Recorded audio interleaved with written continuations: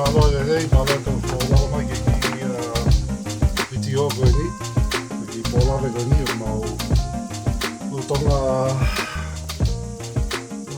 no fani ki paka o Monga ki. monga ki monga ki pe ko osi mau foku mai me ki pare koloa I one hunga I pare koloa e sera na o hanga interview e video ki mua pe Nea taha na koming mai ki video ko e sai ka pau na tau huruanga na mea kai pe tesi na mea kai pe koia ma hao whakatau mai na mea kai pe koe mau ki po love mau ki tawa noi mau kai hota te whewhai a lotu ke tawa lotu Tai peke. Ia, te Te whai tau lotu. Tau lotu. Ia mau eik. Kata whoko mau ngahi mata kia whawhonga tok tapu. Whawhanki mau tōl me ho te pile whakalangi a ko kere whakatua. Toko ni ki mau tōla ka ngai hos te ho kau a ngelo mau ni oni. Te whapapau ea ki mau tōla a ke kau hao hao. Ureanga o lotua. Malo. Ko video ko ni ka mea te mau whinga ki mau whai te mau rea whakatonga pe te mau hanga whinga ki mau summarize ai mau tā noa each time he tā noa he se one. Ia, same. So, for those who don't speak Tongan, obviously part of this, the purpose of these videos is to engage with the Tongan language, for me to practice speaking Tongan with my parents, but also, to explore stories around the history of our family and just the knowledge that you have about your history of Tonga and your experiences of Tonga. And we will try to pause each time to give an English summary of the conversation. So, just to give a brief introduction to the food that we purchased, Paul, what did you go home and get? O ia, koe lupolu. Lupolu au, pa moi fo italo. Yeah. Ja koe lusipi ena. Lusipi sione. Ki hina koe ki Puotai. Koe na pakatawa ku barbecue, panga e pahanima.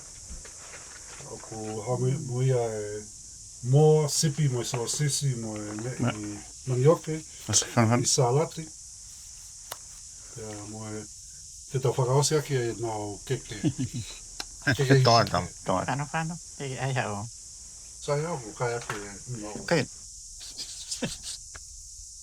Te whai pepe me rei fōa, okay Ia, sai. O whawhawha mea kai. yeah Ia, ko kia te ao ko ura kipe ko hono whakawhotunga mai koe mea kai, he? O ko whawhawha a hono ngāohi ko whakawhu I lerei pēr I kai koe pēr kai whao ke he ki puha ko maa whai ngo fuha. Pei tupe te no whai, pēr te mea lerei, pēr te rau tupe he musie he wheitu koe ni, hana koe pāke, o kai ai. Ka koe mea tāko saia he size, eh? Whakamo oi, it's a healthy amount size, eh? ka panga mo pulu ki size koe no Ia, kai sai. ke mahina Pepe mai taro, Ia. Ai au. Koe whakata koe talo, a mea kai. Ka teu toki ahi whoki pa teu. yeah Koe ku uraki wakai koe heno whakata koe mea. Ko hono, panga ko hono te I koe ki I mea. Hono ngāohi. Hono ngāohi. Koe, Whapo whao kita. Moni, O na hanga ai o slice I iki. Te whakata ke lō, neonga o ku kapau te kompea mo ngai whare ai ki he. Ko ngai o te lalahengi na uluka o te kefa ki o kai. Ko sai apita he lahi koe, saisi koe na o mea kai. O ku maa, o whawha ofa pia I lahi te unga. Ka koe te kai. Te hono. tau kai pe tau kapatu ki pe review o te tau tala no ke koe uhinga e ki koe tau ki whakataha ni ke tau whakahoka tau tala no me u aho wiki kuosi he Oia. te kawaki mo e mea kai mo mea pe he oka Ore ke whoro. Ko po na ke tupu hake koe I nuku alofa, I koalo. Ko hanga hi mea kai na ke na mo whakai Nukua lopa. Ni kola po o. Koe mea kai tatau pe mea kai koe ni. Koe lo sipi. Koe lo wika. Koe lo moa. Matalo. Ka pis. Sipi ko lai pere. Ai koe. He taimi koe ia kai ke te sio he tai nimi. O hang he e. Na kai pe ke fu hanga ngawe ake. Ai koe sipi o sopo i. Ka koe taimi koe mau. Tupa koe ama. He taimi koe na kamata koe family ko o kumu. Nau. Ilo ia we ngako koe he me he sipi. Pakai ke honga sopo i. Koe taimi koe he neke. Koe mau whae na ne taimi koe ne ngahe koe sipi. Na ne hangi a tunu. Mau ilo ko toa peni. A ka tani au. Tunu sipi. Ai na uhi ngā ko whanga. Kai ke mahina ka apo hanu ngā. Ko pe au ia ko. Na i fo au pita hono. E te kaha koe lū ko tau na. Na raki tunu sipi ia. Ka ko hangi ko whakakau pe koe hahano uhi ngā ka. Na ko tui na lahi ai ngā koe na alu. No taimi koe na tunu sipi patu a mai ko mea. Ka koe no. Ona support pe sipi te mata mai mea koe na i fo ke taimi koe te ilo ki tai. Ai hangi ka pau ngā ko mea. Na i fo pe ia. Supo sipi, eh? Supo sipi ka kare sipi. Ka pisi sipi. Lai pere. Mea ko tape. Hilo ai ngā pe. So one of the dishes that you grew up having was sheep soup or lamb soup. I don't think I've ever heard anyone say lamb soup in any Tongan settings, supo sipi. Ngai ke whangahi au. Ko taimi koe na. Na mo ke iki ai. Na mahi na e. Na toi mahi noange. Mo ai maho inga ko no. Ngai koe mea kai. Ke mo uilele yangi mea kai.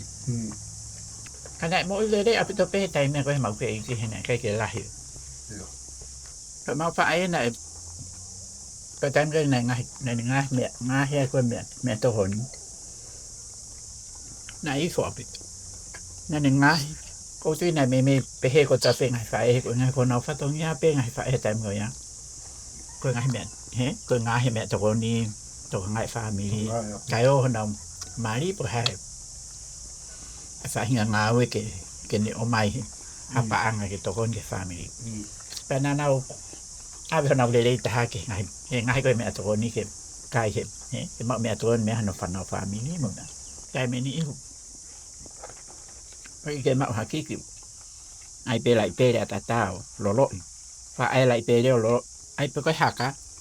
Paki me pe lai pere ai o lunga he mea. Ke hifo, eh? Me po pe ia.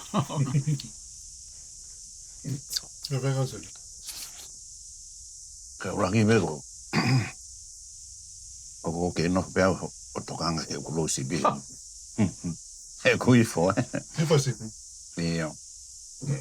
Ta koe kumana tau ke whatama he kukui. O te tala noa. Ko ngutu wheu kai. Ko ngutu wheu kai, ko ngutu wheu rea. Ka ko pēha ke ngā aki o ngā ki whakarawalonga whai mō tau tea i ke losi pe he kui. Ka koe uraki pe ke whakamatara pe ke ki losi pe. O ko sa ia he ni ka hono lahi. O whakamo ui. It's healthy size. Healthy amount. Ai ko ngā ke te kai, ke te mo ui. Kau kai ko te mo ui ke kai. Mau inga blito ia ke tau no fo. He koe ngā he uhinga ke he kehe ai te utoki lawe ki ai. Ko hoka te whi hoka tāt, mea ko tāna ka po, koe tō tangata ko mautoro. O ko ai mai tō whi whine ko no mautoro. Ma tō koe nei whaere i here. Ni mango furu tupu o whae mai. Mo ui hake o no furu tupu. Ko huinga e whakarea koe ni, he ko nei te kai ke o mai si bigi tonga ni mango furu tupu. Ko mea koe nei o mai ki tonga ni mango furu tupu. Koe lahi taha, koe pulu. Ka koe pulu maa sima. Nei te kai ke o mai ha pulu aisi. Ko inga, koe teimu ka koe maa sima na lahi taha no ngā ke whakatolonga koe ka kanoi manu. Pea whetuku mai koe ki tonga me o te motu Pasifiki ke he. Koe ni mango, koe ono ngo furu tupu. Nā toki kamata no ho mai CP ki Tonga. Pana ke pe mai. Pena o mai ko CP. Ko tau tangata ko ki mua hangle ko maung mahi mātua. Te mahi nang he mau whanga kui. Nā toko rahia he tau tangata ko e mau whanga kui. Nā ke nau sa e nā tau I he whahinga na namo mo I ko CP. Hangle ko wongo kui. Ko kui e taha o laminia. Nā kai kātaki pe he CP. Kai kātaki? Ia, kai pe mo kātaki I pe ai fo o mo e. Nā mo mālo he koe kakano I CP. Ko kui koe tahana ne tama e. Ko CP aga ni o hanga sip tu apala o mai ke tau kai. Tu apala? Leo. Ai koe hinko ne menangia whakarea koe kai ke sa ia he CP.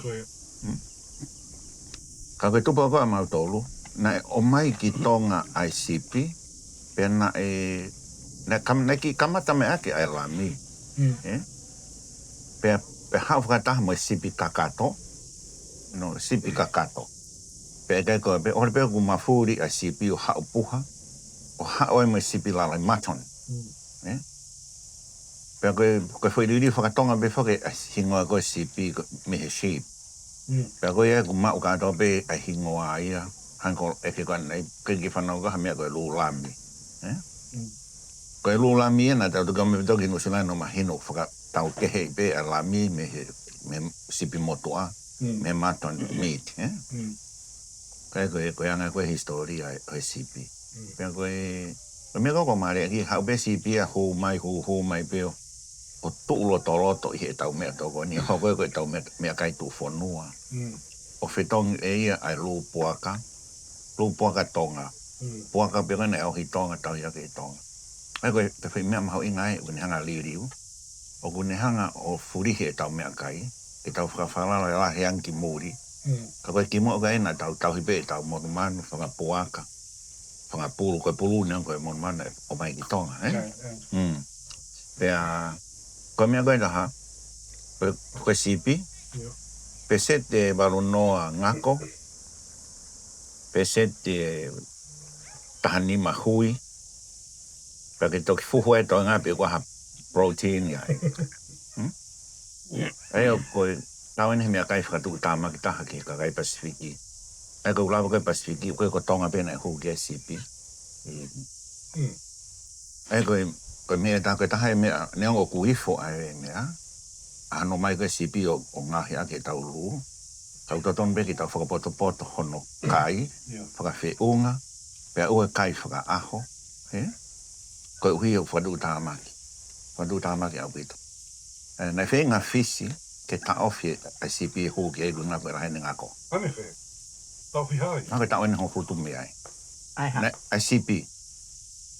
Campaign. Tau e hongo futu? Ia me ahon. Fisi. Really? The 1920s? They tried to No, tau hongo fulu me. So we were looking at the 1990s. Oh. Yeah, something like that. Or 2000s. Kei kiu te mana tu e mea koea. Ka kou, e kou tala noka no ko whai kou, ora ki koe Tonga o he tau tangata koe CP. Ka ua peke e kou tau mai kou, me whatongi a koe he mala e mo ui. Pea moe ako, pea moe tunga whalaha pureanga ki he mo ui pe, moe ako. Ke tau tala noa aki he ku aonga pe. Whakalata e CP, na koe mea toko ni tongi whawhiunga e tau mao. Pea au tonu pe ke tau whenga hao ke whetongi CP.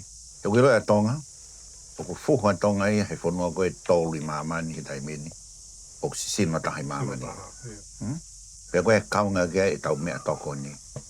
Pea hene pe he, kakapai whakunga ke mea toko ni. Whakafu ofa, ko monte tau mo po, whakafu ofa teu e tālo, souna urolo I. Pea slice wheunga. Ki hono ta whakatau hono totongi, whakafu ofa uki topa koupe he.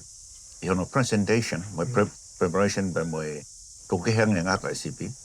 O ko he out of 5, ko mea ko ni 4.8. Wow. Yeah. O kila mea ko ke 5 out of 5 ai. Ton nga ki me masima. Oh, ki masima? Ki me masima ke foi kai, he. Nengo pe hadu ya. Toi toronga mbe ke kai masima. E lau ia au. Ka koe luki tānoa ke CP, I he mea. I he CP, I he mea. Ana huma ko si pia ko ki Tonga. O he ono futu bu pe mai be o pu tu he tau whakaafe tu he tau mea kai whakawege he o mu mea. Hau yo ga o si no whatai tama e ta. Tama ko kapapulu. Ila peka hau hinga na e kumai si pi he tau ko ye ono ngofutupo. Ko ha mena e hoko na ia waka na kamata hau i Tonga pe na e Ko taimi ko ia ko e trade agreement. yeah ko trade system ko e a Tonga. Yeah. Na lahi control me New Zealand. Yeah. Ia waka e ua ko mā tua mai tofua. Yeah. O waka ia me New Zealand. Me Ko waka ia na e takai ko he o tumotu o tufai koloa. Pisi ha mua Tonga. Ka pana ke i tupa he taimi ko ia. Ke sio kia e whakahifo atu e ngahi talampulu māsima. Ko whanki barrel. Whanki puha papa. E ta kulo i loto maari e kauna. Ea kalasi iki ia me kalasi lalahi. Ko kuongo maadua na ana ki wharekoloa i haano. I he motu. Mau koloa ko puatala. Ko fufua si e he talampulu māsima. Ilo e ne osika e talampulu māsima. Ka fufuru he maadua awa whakatari vai ia he na wai inu. Menga he mea ke. Yeah, man. I go down. They make use of what is, available around the environment. So, about the female this food is very nice. It's beautiful. It's delicious, and great for both the presentation and the preparation, but also health-wise. Except, the lamb flaps that I use, it's highly, fatty. Lamb is about 70, especially that part of the lamb we use for lu. Huh? And I said, I am from the sipi generation. Right. Why? Because sipi was introduced to Tonga in the 60s. Yeah. And, I was born in the 50s, so was Mum. And we are the sipi generation. We were the guinea pigs of this import to Tonga, that is, of... You make it sound like you were an experiment. Yeah, it was a social experiment, It was imposed on us, replacing our locally grown protein supply. And there's another quick story on that. There was an importer who came to Tonga and import sipi from overseas and bought fish, first class of seafood, and exported to the Asian markets, Japan and Australia too, and New Zealand. And so, in exchange for quality protein, seafood in Tonga, we got sipi in return. But there was a gentleman who imported... He was not the only one, but there were quite a few in there. Okay, ki nui whakabarangi ki konga koe ne tau talan. Ko tupa ke, pagu i ronga te he kupanga e kukne ko kai. Ko tamai na ke kai e mea ngako. Ansa ia he kai. Pako ko au ko. Tatau mai kai ke si he te. Ngako ke ke la ko pe ke ko te ha ko mene. Tapi mai hina ka po hai ngana tu no he mau. Ha he mau fa ai raki tu no si pipa to ai lu. Ko e ko i fo pe me. Ko alu ma i le pesioni. Kai te ke pau ke wa he ia ngako. We ke kai hanga ko.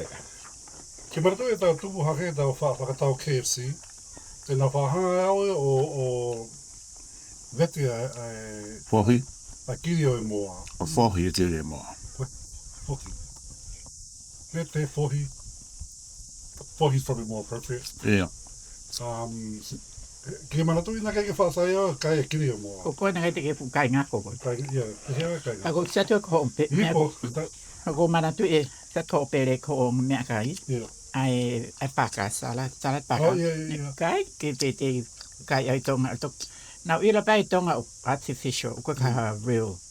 Ai kakano e paka. Ai paka ko na ko ka kakano ko. That's why we didn't eat that. Ko ka paka. Okay, what do we say? I keep saying taste. Okay, Ifo. Ifo. Nga taste ko nga Yeah, ifo. taste to paka. Okay, Ifo paka. Whakamoni me pakaroi. Yeah. Ko paka lo ye na ya. Ko ka paka mo. Ko paka mega. Ia ka pa mau pe se ra pe It's a te flavor paka ko. rather than meat. Flavor. Pe kai ko ro vai. Wa wena ko kai ai pe kai ko vai. No kai peka I to ho. Ia apa ai. Ma ko tai me ua. Ne ka o de kai na mahana ta o fa pero ni ma. Ah, shit. Ne ka o de kai na ana to fa na peka e uta. Oh, ia. Pe ma na ki peka o ha tunu e tapaki o e hala. Pe na e kia. Oh, I don't know, maybe they offered it. Galaya how did they offer it to me? But I tasted it, huh? I didn't even remember. Me tai me taha. Ke maratoina tau kaunga api I tokoa. Me ka kai na wha ta'o I kuri. Ia. Tunu I kuri. Ia. Peka urua tai me na o ai kuri. Nā mahena pe tonga. Kai he ta'o e kuri o kai. Hangeu ki whakaluma ia ke kai tonga. Ka koe kau e kuri he takano I mano o kai he ngai whanua rahi e. Ta tawe mo hosi. I Europe ka kau Franse o ilo ia pita na o kai kuri kau ai na hosi. Ia. Ia I whanua ko Kazakhstan. Pe whanua ilo ia he nau ohi koe whangahosi. Winga pana he mana whakoe nau koe nau transport, pa koe sipoti. And it's part of their culture, their love of animals, and conservation of animals. Koe hosi o ilo au pito breed koe me whanua koe ia. O pehea e si ia. But their main dishes are all. Oh yeah. Oh yeah, na toa kai hosi. Ia. Ka ko o ku hanga ki roma ak tau toro e sol whanua. Ka ko kai e mamani. It's actually better meat than sippy. Yeah. More lean. Well, lean, less fat. Higher protein. The best part of the lamb is expensive here in New Zealand, and it's the best quality meat, one of the top meat products that New Zealand exports. Yeah. So what's interesting is that the lamb flaps in the past used to be really, like you said, it was like an offcut. It was a meat that was not regarded as, Yeah, they know. As I said, it was imposed on us in a subtle way. And it's about, when we talk about the economy, the political economy, it's about the stronger economy finding new markets for its products. So and then products that are not high in demand in other existing markets, you try it out in other markets.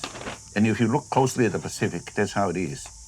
All the unhealthy stuff are being dumped in the Pacific, from turkey tails, to fatty mutton flaps. And if you talk about things you take into your body, you have tobacco, if tobacco, and you have alcohol. What I was going to say is that the price of lamb flaps back then specifically was much cheaper. Like when you go to the shop now to buy lamb flaps, it's the same price as a lamb chop, like the main meat. Very cheap. Koe maki mandu bea koe rai price koe sipi ko mandu I tonga. So it's ironic now that the price has changed. That's koe na price ka was rice ka olonga. Koe totong koe sipi tonga tem koe. Penima. That's 5 cents. Yeah, 60s. I mean, we need to look at inflation to compare what that means. And then, as I said, one of the challenges that it brought into the country was weakening the local protein supply industry and our ability to be self-sufficient. Pea tau whawhalala mai rewa tau dore ke sipi ka kai ke tau te o ki tahi o whangota. Pa kai ke tau toe ohi e tau whangamon manu hanga koe moa, moe puaka mga mea pehe. Pa te ke hanga ko au te ke sia le rei ki hono hua ki he pasipiti a ngahi koroa, wai ngahi koroa au ton ke oe oange ki a tau tolu. Pea i kai koe a pe kai oange a whetongi e tau malawa koe ke tau tuu pe a tau tolu o toka ngai ki tau tolu ki tau mo i le rei. Pea kai koe pe kai mo i le rei mo tau tamai ki tau whakau koe ke tau sia koe ilo mea ko o mai koe ke sepeta, ei, toko ia. Fefe lupulu. Oh, kai ki wila mina fefe lupulu hena ke koe lupulu. No, again, for. Ifo, ka pau te ko pehe ka pau o ko mahau whiunga pe. Whiunga ki I he. Ka passion o whiunga. Ifo. Pea ni tono ngahi. Ia mon. Pako ko te anga pe te hene ai ka tau pehe ka pau tola hongo fulu he. Hongo fulu. Ko ni ka pau te whehoana ki po compare ke wharekai ko argia I tau wharekai tonga wan hene. O ki lala hen fo ke nau lupa uto ki ai pangai ta hau a ta wha. Ka ko sai au he, o whiunga whapo whape tono ngahi pa kui o sai pe. Hanga o tai, o koe ke te fukeke whewe me o tai ko ko te. Me me ko mea tatau pe ngahi a ki mea. Ko au ia o te kei Pe ke fu. Ko ke sa iang pe o tai ko ngahi. Me he foi a kau hanga tonu. O e process e foi a kau. E koe konga he o tai ko new process. Pe mai na koe mango. I kai koe pe koe new. Te kai ke taste au e o tai koe. Kaya ilo veko process e. Ia o te lawi tātala me he mango. Koe mango. Very smooth. O pau ko mea. Yeah. I'm just pointing at the hypocrisy of not tasting it.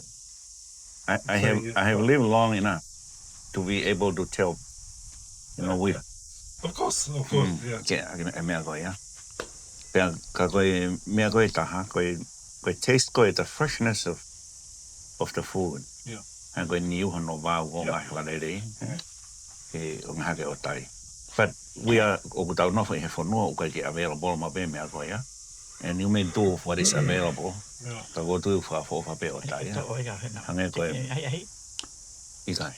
Kana kei ki ngā e hai. Ka whai mea tātai, yeah. Ko tampa na e no whakapaka e talo.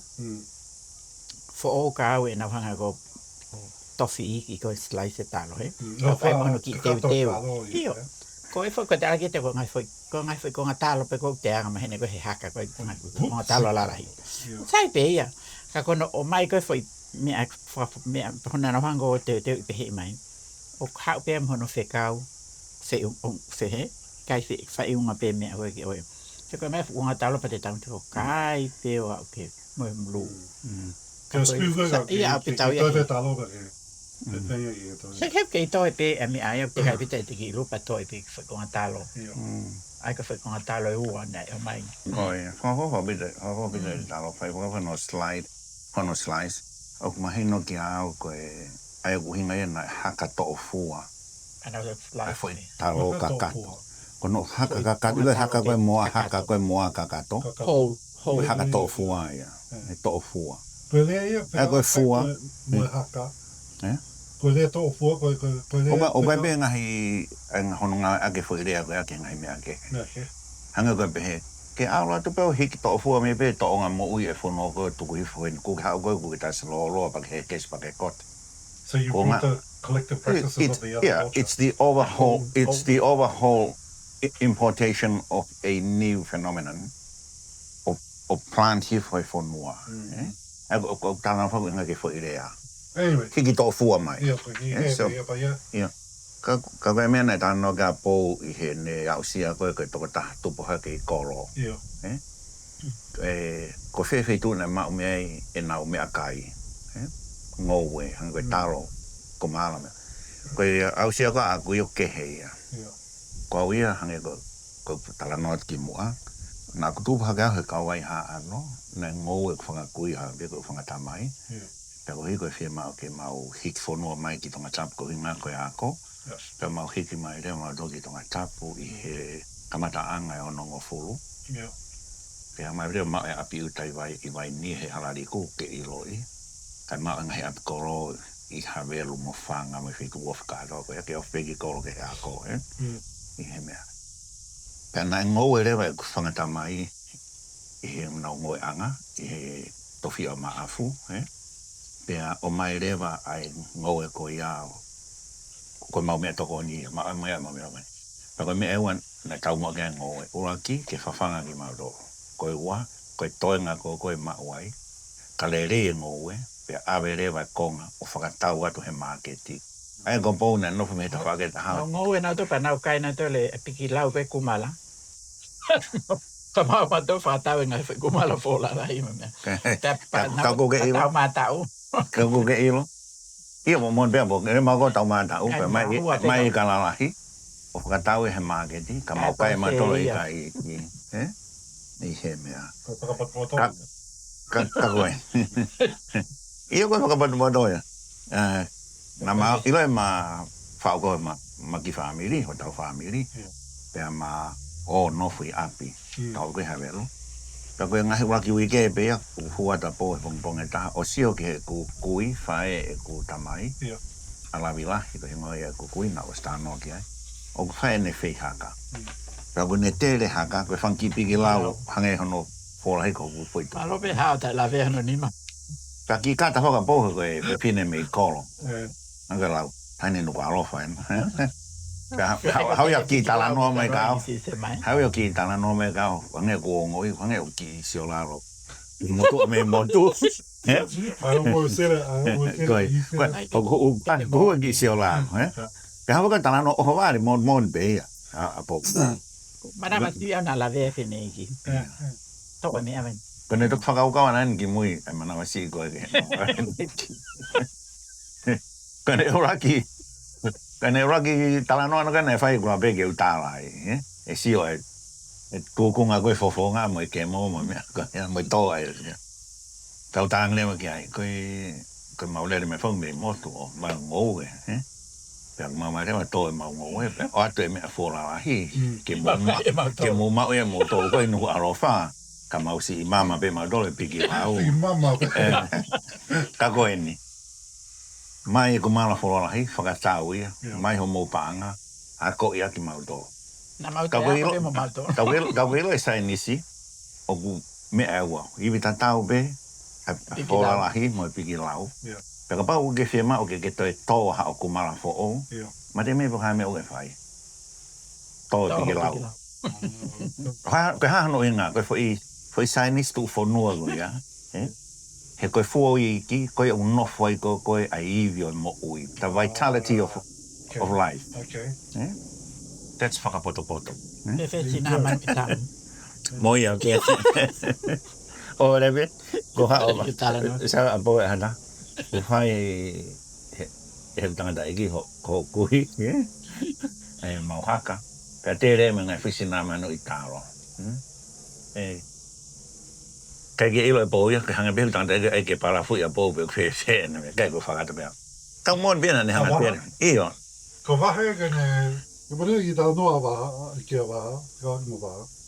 I wha o paki mai me I silver beat me ngō Haka tonu pe ki he kulo haka.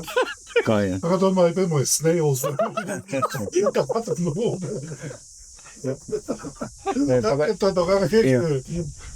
Vai dia hem. Pero hane tala no ke me ko, hane la. Talanoa, yeah. He would take when he would sometimes cook some silver beet or some produce from the garden, and then that comes along with its extra vitamins and nutrients. Ko ia. Na beang e whae ki ai, nai fufuru ai akau. Ko o sia hoi whae ki, wasa ke whangi uno whea he mea, Beang e, tamahai, o ku vitamini, vitamini. Ka ko gila silo be ko me ko ya o hok be ke faki mistake me faki me be he na ke tau mo na ke ka ko me he ko deseo ko deseo ke ko foi uno fe o ku fa o be la ka go ne ka ang be ko tau kai ko buaka fa o be me ka ko na ka he buaka ai kapag ke be fe me ma ange ko foi uno fe be ko buaka kage Nata tau pe. ka koe mea koe na uhinga ki ai koe kapate ke sio ke anga koe o mauanga mea toko ni a Tonga na kamata mai na tau whakawharala ki he whonua ke toa e tau mea toko ni. We relied on the land. Yeah. Oh, maybe not rely. We had a relationship with the land. We do have a relationship with the land. Ka kapate tau whoki ki motu na tupu haki ai na haha morofia ke maukai mau toha mea na hua mai mei muri. Koe very basic necessities hange koe kalasini ki he mama. Moi wa papa ke langa ke whare. Ka ule taimi koe ya. Na lahang be whare tonga ia e whare papa. Pe lahang pe ngō we ia mo lu mo mea kotoa pe. Mo tau hi takita tau hi ane monu manu. Pe mo tautai koe mei tahi.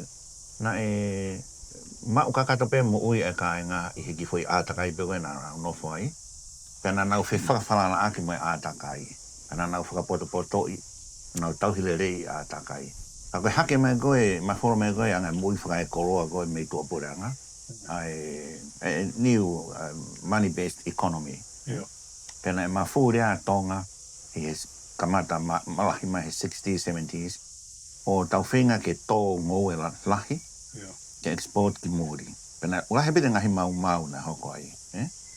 Hange koe humai ngahi kem kāre na kei ke whakapapau i pe kaure rei fo ki he kere mana hi ala mea te. Ka koe hange koe lau koe toi fo i tala no i haaho. Ka kutau whaeronga tai min o whoke a maamani ke kumia mea toko ni koe o mau i he whonga mo i le rei me he ātakai. Organic food. Koe ke konahia he kemikare mana hi ala mea pe. Koe tonga mo i koe a tonga. Koe ai. Koe piki lau. Taka tau ki whakaosaka ki... nā kia koe ke kekepe whā. Nā mai e po i on. Sama vitamini o ase kaka ke ko. Vitamini mo ia.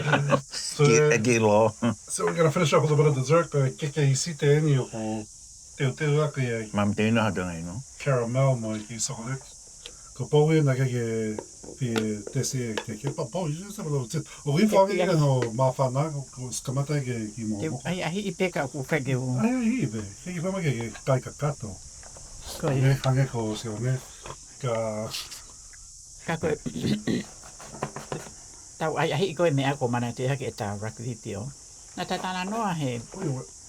Na kau he tatala noa ko ia ai taim ko he tau nofo i to he tau ke I to foa. Ai whakawhitongi mea kai he. Ai na ko tau. Ko ia. Ko mana tui pe. Ai kan lai po ke tā noa ke tupo hake ko au ko he pongo mātua. Pa mau family, whau ko ma family pa tau hiki ko ki to foa ma tau ki ape ai. Na ke ngawe aki he kaunga api ho a whia ak mea kai. Ave koe mea kai he sāpate he. Ko pa ko tau tōlu ene, na ke tau whuloko whei umu tau tōlu he, na tau, pa koe mea kai nei hoko. Tau o mai mea kai e koe a kaunga api, tau kai e tau tōlu. Pa koe nei whiawhi, tau ata tau ke whare maa ko haa mō ko stan maafi. Pa tau e maa, pa mui pani. O ave lewa e ko ti le ak lewa e ko whawhetongi e koe mea ngau. Kai tau kai tau te nau lu ka paika. E nau lu I ka mo e nau lu. He sāpate. Ka tau hanga tolo o ate. Ko ngā pāta mo mea. Ai koe foi. Whawhetong maari e. Pa ko whātānau me whine eki koe mea. Tā mea. Pa whia ma o pia pūri. Pa mo vea fisti he. Pūri? He whaati koe he whiawhi koe he ilo foki e o ate. Mai māma. Māma. He ko ue pe a. Whatai, koe no ko mo fo I maa ena. That's my mom. Uti maa mea. O si, hie hala pūri te. Bi maa. Kane whako o whae. Pepe. Bifo, eh? O we fo bi. Bifo, Wa fo bi. bifo. O fra o fa pe ai fo ko wi. Bifo. Ko ura ki ko fo la ko It's fo. heavy. Ko fo la ko ki fo ke. Not too small, not too big. Yeah. O feo nga big. No, I love the size. Yeah, I like the size. The big is it the yeah. I mean they're good, but this is a perfect size. Yeah. For the flavor here. Yeah, and for the healthy amount that you like to take as a dessert. Yeah, you like. No, we. They tala no ko ni. Ne mo to mori. Ne ne farma pulu. Kana ne re na pe. Kakai tonga kakai mari. Ka ba e haya to ka pulu pa ne tolu. E kai pe os. Yeah. Pe pe he ko pan tolu feunga. Ka ba e haya te ka pulu pa ne ono. E te kai pe mo o os e to la hina tau pe. E ka o to mo mahu inga ai fu ko me kai. Pe mo lahi ko me kai pe ko foi ke fiha i me. Ke to ko ni ko ta o ta mai. Ke horo ki foi tau whakakau. Yeah. Te kai mo i lere. Ko me ta kono kaka no o sai. Yeah. E ko mea, ko small mo ya, ka keri. Io. E kano lere be. Ka no le be. Pagelo no ki i tofi i ko ki vari a ke me syrup. O ko manata ki hango he kui wha vari siamu foi ke. Yeah. Pe foi taste au ilo he kakaitonga toko lahi.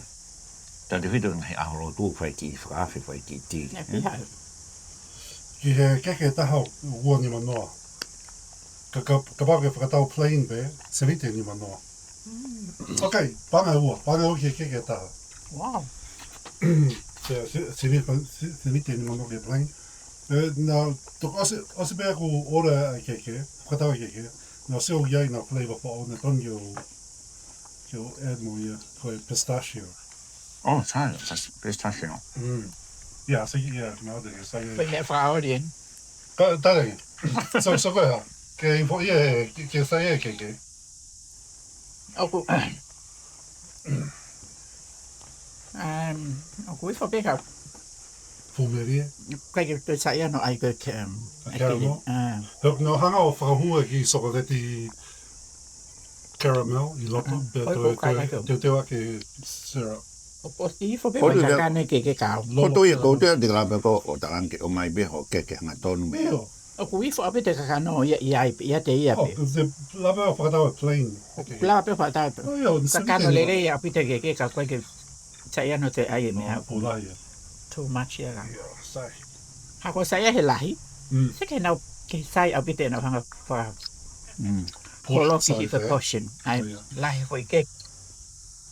Ka ye me e taha. Koe hoi mea ke taran ke whare. Mata nā se mai pe video. Oh, sai au pite. Ko me ta ko ke tana ke he tau tana noa. Ke whakawhia ko tāki mo e taponga tana noa ki mo e saia. Yeah.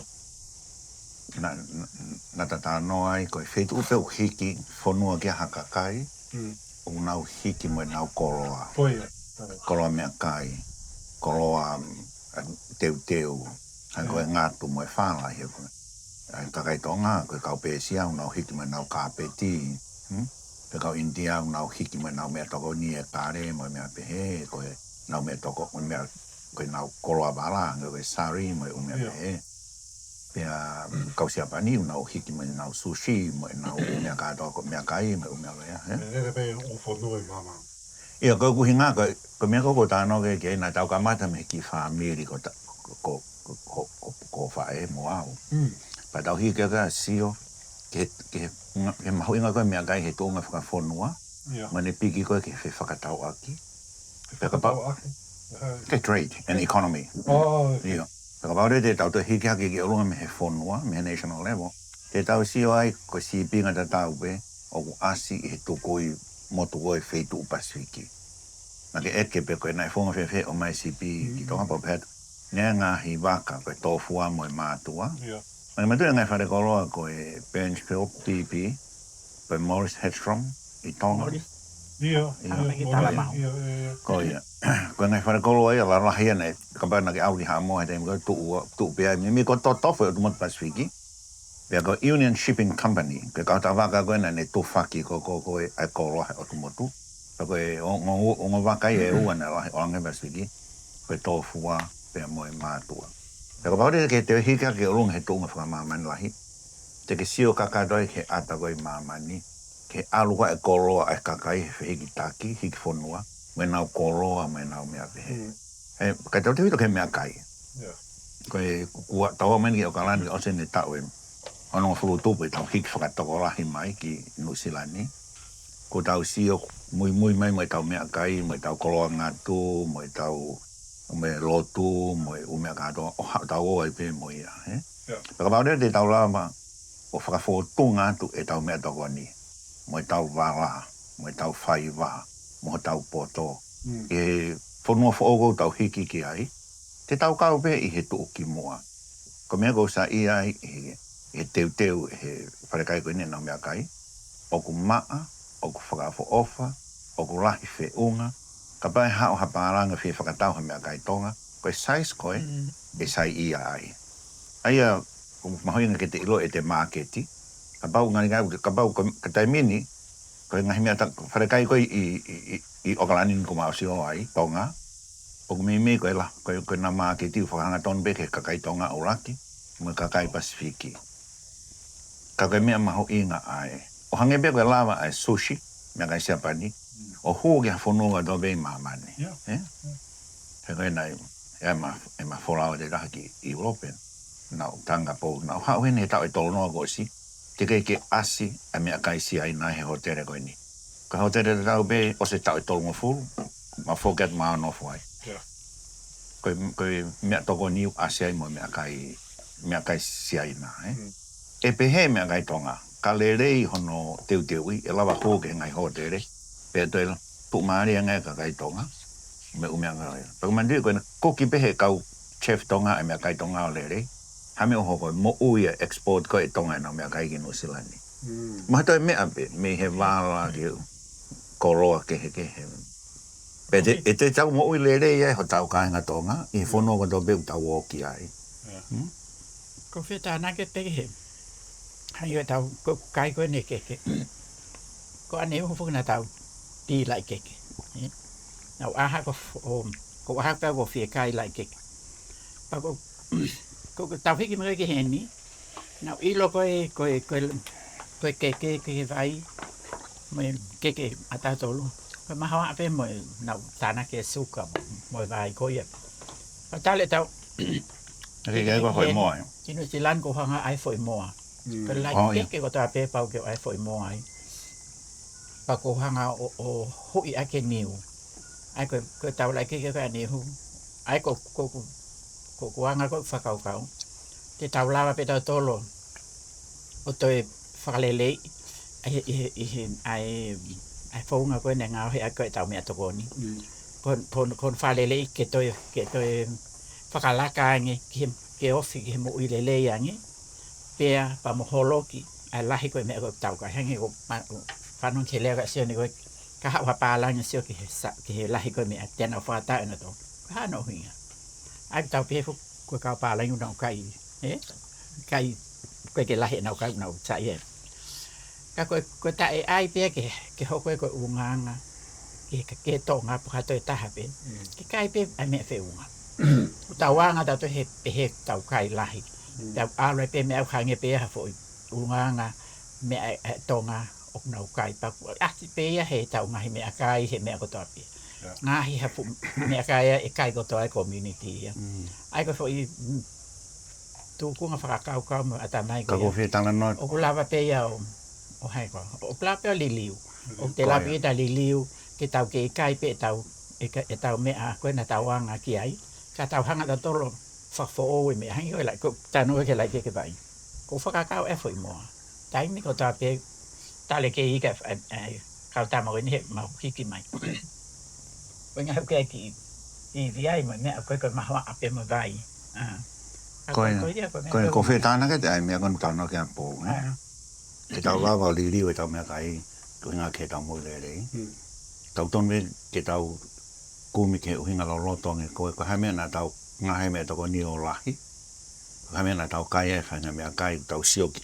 wakai tu he anu wakai ke mo le rei na tau kai ai me akai I Tonga o lahi ko uhi he na ke tau kai hoa tolu ia ai tolu hai taha na tau whima do I lahi ke whai ke ngā ka na tau whai pe ko ngā ka na tau whai ko ngā ki tōkanga me ngā ue ki ngā tai pe ko tahi me whangota ki alu ki uta me ngahi mea pehe pe au ke whai mea toko ni ko ngā lahi pitu pau ke tā whewhie pau ke alu tō ngoe I uta na ke whakatau pe me supermarketi o mea koea pea whima orewa ai mea kai o lahi ange ke te kai aki koe ua koe ki ai ko tau unganga whakatonga I tau noho whakatoko lahi ke tau mata a ka inga mata ka inga tau tari le ka inga moa sola pe moa bulangi o ahi mai te hotoki roto whare ke lahi mea toko ni ke ona tō no koe whakailonga ia o ku te ofa mo te whi toko ni mea koe pea kai koe pe kana ke kai kiki a koto pe na toki kai pe ki to o to tolu he wiki ala ka to tai ki tahi kana la habi kai ela ya ka nga koe lu ma na tu pa ka we na la hange pe ai lolo I pe lu ia me lai pere na ke ha miti ai to ha ka to tai to ta to he wiki pe koe tam te ha ki poa ka tau po kai mana pe koe me koe ta fe unga pe mo tonga me to ko ni la hiang ke nga we la hina e pa yang pe na e wa pe me pena kakato I tau mea kai hena tau kai foi a kau o hau whakawhai tau be pea tau tau tai me tahi mea kere I roi tau hiki mea koe ki murini na kai ki tau o koe ki tau te whai tato ngā mama whakai na whai I Tonga tangotu kala pe o seo ke computer seo computer pe mo lomi pe mo ia ka kon mo nia pea kai koe pe toi ki hoko kai kiki pea tau ado tō fulahi koe seo kiki Kaya kaya ngata pe kai kiki he tai mi kok tong ke kai kiki ai. Kaya breakfast ia meat pong hoa ta to meat ia fi to meat. Pau I loe e mau tol kono a he malai koe mo ui ai pahu inga koe ke lili we tau me tong ni ke a ta kai Tau me ko un ka ga ma mi. Ka mau inga ke tau kai nga ke nau. I loe ai me ko ya. Ka we tau migrate ki no silani. The lifestyle has changed. Less physical work, therefore no need for extra energy. The point I wanted to make around what you just described, which is that the nature of, the collective culture and community-oriented nature of Tongan society, where food is also cooked to be eaten collectively as well. I wanted to share an example of how we see that and how it's also changed in this foreign setting or this setting overseas here. And the example that we talked about earlier today was the cup of tea, where what you would see, and this is an example of when I go to my cousin's house, and when we would make a cup of tea for people, it would be in a big jug here, kusioki o ke pape or what is the tea bag? The tea bag's into the jug and then all the boiling water. So then you make a big jug of tea and then everyone has tea. You can have sugar or milk, but that's the extent of the variation of hot beverages that's on offer. Everyone drinks collectively from that same pot. And now, I mean, people probably still do that. Yeah. People probably still do that. And that's part of like whakapotopoto, but it's also reflective of the collective culture. But we live in a very individualistic culture, and we do have other options as well. So then the collective nature of drinking from the same pot has changed to drinking from individual cups with different beverages and things that they can add to it. Coffee, tea, herbal tea or whatever. So it's just a funny little example of like, it's a Pacific experience, but in our case, that's what I experienced as a Tongan. No, it's a good example. Good example. Lahi pena uhinga ke mea koe ia. Koe resources pe koe mea koe mao he family pe koe kulupu po ha. Si yang e whamore, ai peo ai he whaunga koe ia. Tao pe futi pota pa hoa kau he. Na kei ke te peheke tat, oke te suka pe te. Whakasuka ko toa pia, whae pe whanonga. o whatonga I he, ka tau te white he pōtu mai mea. Yeah, tu ka whonga e Nā hanga lewa ai pipo tai ua. Mm. Tipa te taha koe whakasuka, paka tipa te taha o koe ke mea I a na us ilo leo koe kakai ue ke nau, he? Pato ki whaida.